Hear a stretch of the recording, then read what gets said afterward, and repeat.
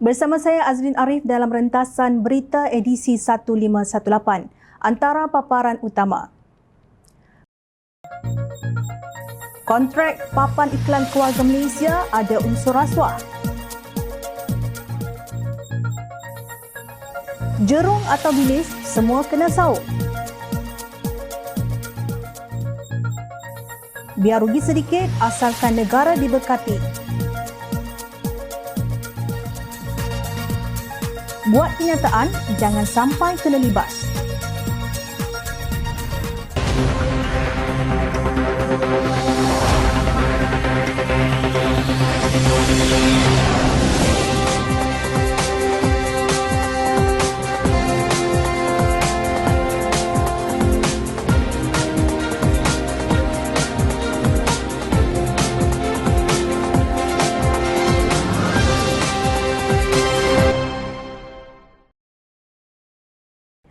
Assalamualaikum dan salam sejahtera. Membujur lalu melintang patah, membantras rasuah di zaman kerajaan perpaduan tidak mengenal lawan atau kawan. Sesiapa sahaja yang disyaki terpalit pasti akan disiasat secara adil walaupun seorang ahli parlimen yang kini berada di blok kerajaan. Terkini Suruhanjaya Pencegahan Rasuah Malaysia SPRM telah mengesahkan bahawa siasatan sedang dijalankan ke atas bekas Perdana Menteri Datuk Seri Ismail Sabri Yaakob dalam mempromosi konsep keluarga Malaysia. Menurut beberapa sumber, satu pasukan dihantar ke pejabat Perdana Menteri semalam untuk mencari dan merampas dokumen yang dipercayai dapat membantu siasatan yang memfokuskan projek-projek tertentu ketika Ismail Sabri menjadi Perdana Menteri. Pegawai SPRM juga ke Kementerian Kewangan bagi mendapatkan bahan bukti hari ini. Seorang sumber berjawatan tinggi mendakwa terdapat dakwaan rasuah dalam kontrak berkaitan kegiatan promosi konsep keluarga Malaysia yang diperkenalkan Ismail Sabri pada Ogos 2021. Salah seorang yang disiasat adalah bekas Perdana Menteri era keluarga Malaysia Ismail Sabri. Kata sumber itu yang ada pengetahuan berkenaan kes itu. Siasatan berkaitan dakwaan rasuah dalam penganugerahan kontrak untuk papan iklan keluarga Malaysia dan bahan kempennya lain, katanya lagi seperti dipetik bernama. Pasukan penyiasat masih dalam proses mengenal pasti jumlah sebenar yang terlibat. Namun, sumber mendakwa kontrak tersebut dipercayai bernilai lebih 300 juta ringgit. Selain itu, ahli parlimen Bera itu beberapa bekas pegawainya turut disiasat, termasuk seorang pembantu Ismail Sabri yang dilantik secara politik ke jawatan kanan di Pejabat Perdana Menteri pada ketika itu. SPRM dijangka memanggil Ismail Sabri dan beberapa bekas pegawainya tidak lama lagi. Siasatan dibuat di bawah Akta SPRM 2009. Kami rancang untuk panggil mereka secepat mungkin untuk rakam keterangan. Ketika ini beliau sedang menunaikan umrah, jadi akan dipanggil selepas pulang ke Malaysia, menurut sumber berkenaan. Ketua Putrajaya SPRM Tan Sri Azam Baki mengesahkan Suruhanjaya itu sedang menyiasat seorang bekas Perdana Menteri dan beberapa bekas pegawai atas dakwaan rasuah, namun enggan mengulasnya dengan lebih lanjut. Kemarin, laporan utusan Malaysia menyatakan SPRM dijangka memanggil seorang bekas pemimpin tinggi kerajaan dan seorang bekas setiausaha sulit untuk soal siasat pada minggu depan. Sumber yang dipetik laporan itu mendakwa dua individu itu disiasat atas dakwaan menyelewengkan jutaan ringgit dana kerajaan.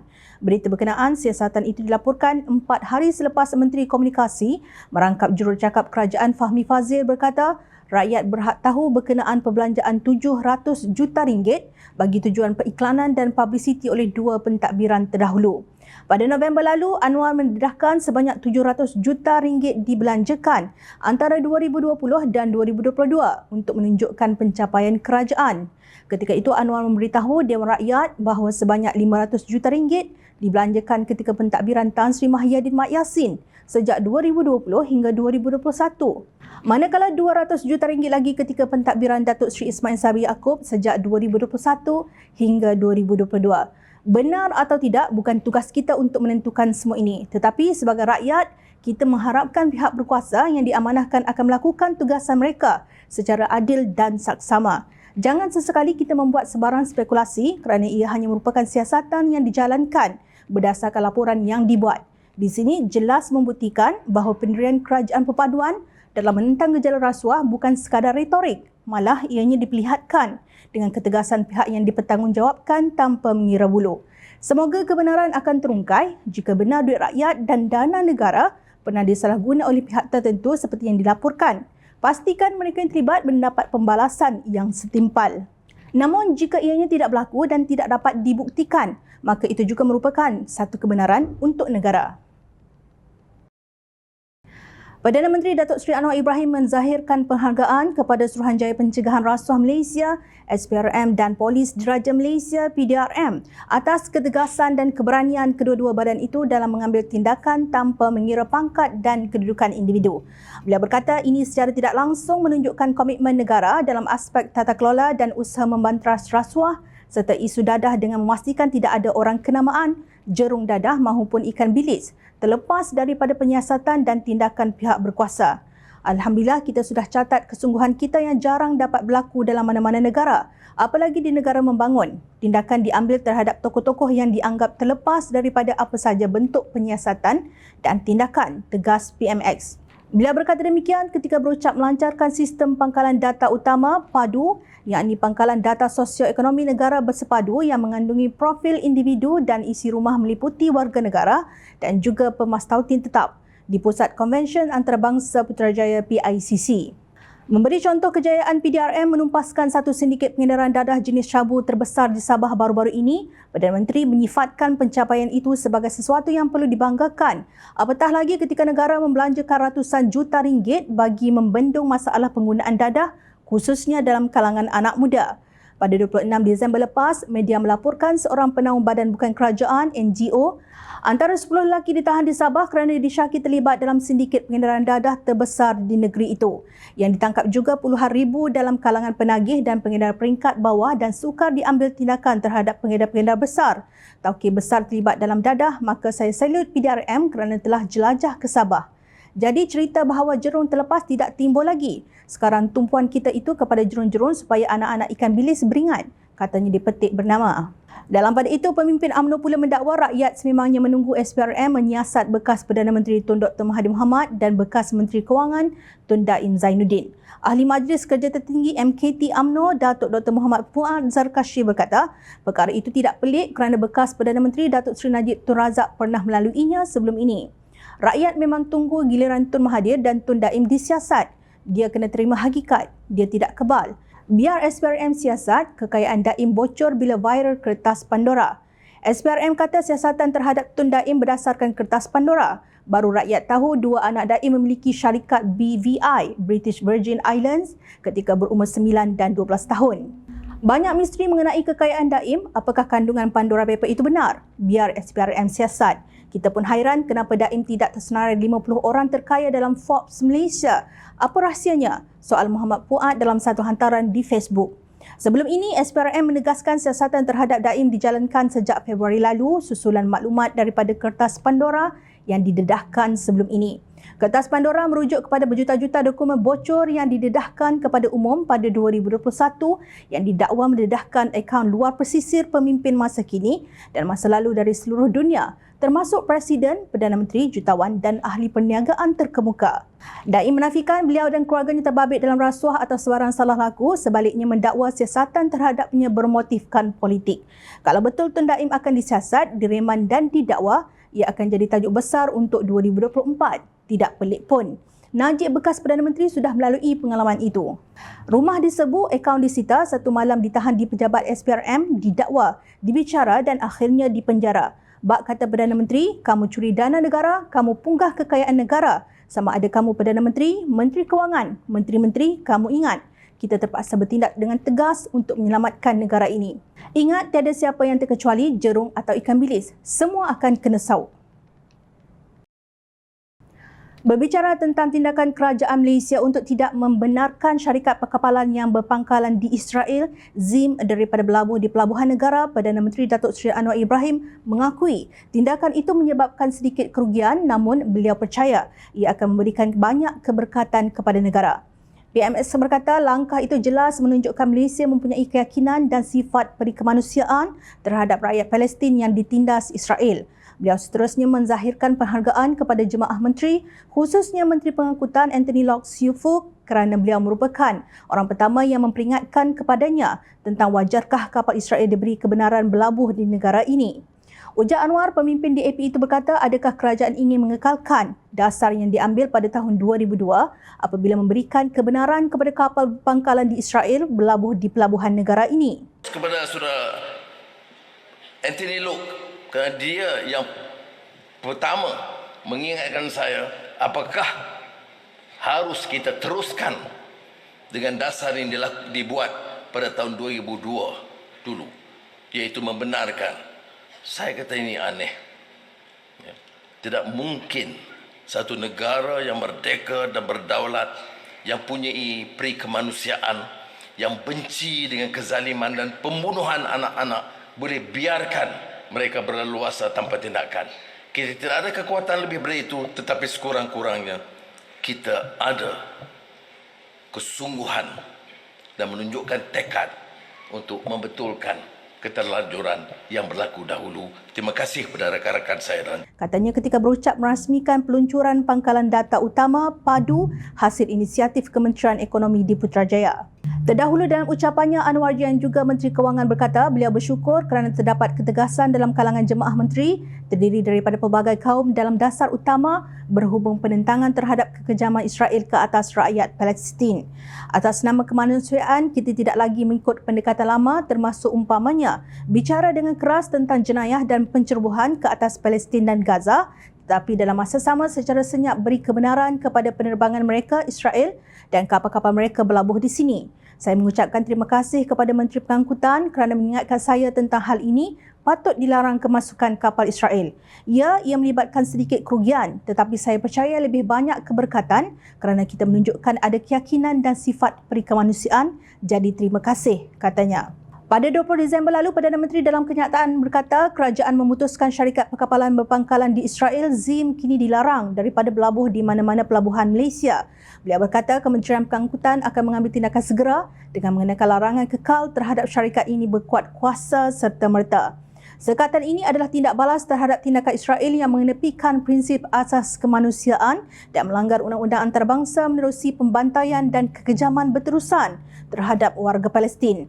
Untuk rekod, Kabinet pada 2002 mula membenarkan kapal milik syarikat ini berlabuh di Malaysia, manakala pada 2005 Kabinet ketika itu turut memberi kebenaran kepada kapal tersebut untuk berlabuh di Malaysia. Namun, kerajaan hari ini memutuskan untuk membatalkan semua keputusan Kabinet lalu. Pada masa yang sama, kerajaan Malaysia turut memutuskan untuk tidak lagi menerima kapal yang menggunakan bendera Israel untuk berlabuh di negara ini.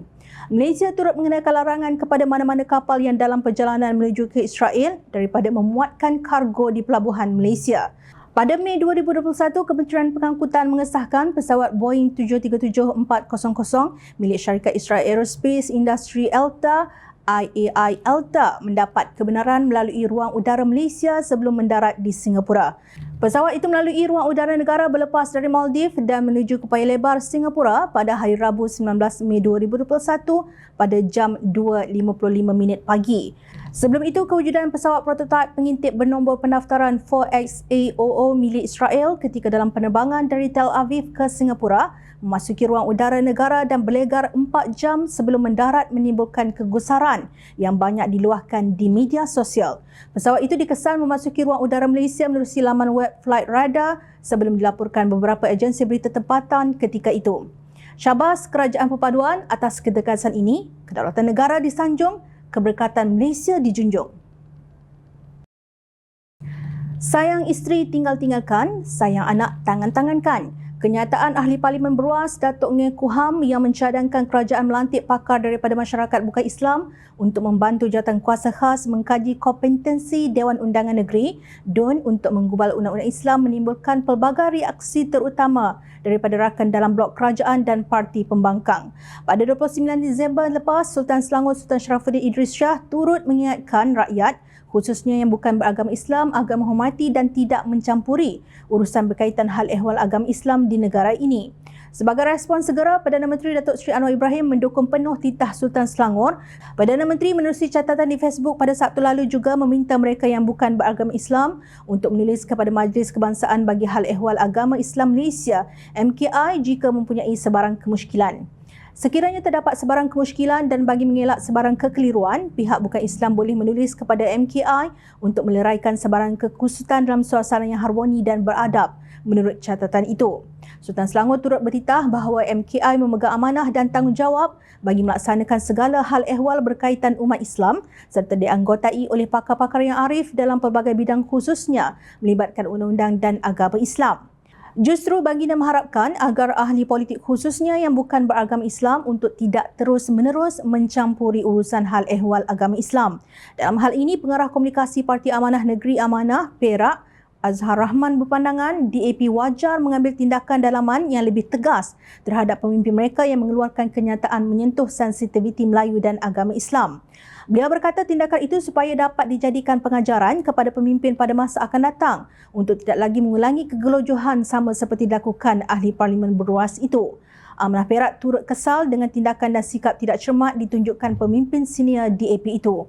Meskipun Setiausaha Agung Anthony Locke menyatakan bahawa kenyataan tersebut adalah khilaf dan KUHAM sendiri telah memohon maaf, namun tindakan tersebut telah menjadi peluru musuh politik yang sememangnya menunggu-nunggu kenyataan yang menyentuh hal ehwal Melayu dan Islam dikeluarkan oleh pimpinan DAP sebagai modal politik mereka.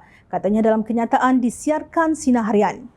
Beliau berkata Amanah Perak mengakui kenyataan yang mencadangkan supaya pakar bukan Islam dilantik dalam jawatan kuasa mengkaji bidang kuasa Mahkamah Syariah untuk menggubal undang-undang Islam itu adalah bertentangan dengan prinsip Pakatan Harapan yang menjunjung prinsip berperlembagaan persekutuan.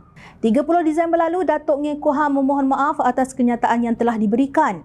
Menurutnya, beliau menyedari kekhilafan tersebut setelah memahami sepenuhnya mengenai pelantikan jawatan kuasa itu yang dibentuk oleh Majlis Hal Ehwal Islam Negara MKI dan dipengusikan Sultan Selangor Sultan Sharafuddin Idris Shah. Memandangkan perkara ini telah diperjelaskan bahawa jawatan kuasa khas itu dibentuk oleh MKI yang diketuai oleh Duli Yang Maha Mulia Sultan Selangor dan tidak saya ketahui sebelum ini. Maka dengan ini saya menarik balik cadangan itu serta memohon maaf. Saya tidak berniat sedikit pun untuk mencampuri urusan Islam, katanya di petik media. Pengajarannya, DAP diingatkan supaya tidak bermain dengan isu sensitif yang boleh menggugat keamanan serta keharmonian awam khususnya berkaitan agama, bangsa dan institusi raja 3R. Pemimpin mana-mana parti dalam kerajaan perpaduan sepatutnya lebih berhati-hati dan tidak mengeluarkan kenyataan yang boleh menggoreskan hati mana-mana pihak di negara ini. Apalagi jika ianya melibatkan isu-isu sensitif yang dimainkan bakal menjadi bola tanggung untuk dilibas pembangkang. Wakil rakyat ketika ini seharusnya memberi tumpuan kepada menjaga kebajikan rakyat serta kerja-kerja kemasyarakatan dan bukannya melakukan tindakan atau kenyataan yang mengundang provokasi. Ingat, rakyat sentiasa memerhati. Jom Channel ingin mengucapkan jutaan terima kasih kepada para penyokong Jom Channel dan kepada yang berminat untuk memberikan sumbangan bagi membolehkan kami meneruskan perjuangan menyampaikan berita yang benar. Sumbangan boleh dibuat melalui akaun bank yang tertera. Suara rakyat kami sampaikan demi negara tercinta. Teruskan bersama kami di Jom Channel untuk mendapatkan berita politik tanah air. Saya Azrin Arif, terima kasih. Assalamualaikum dan salam sejahtera.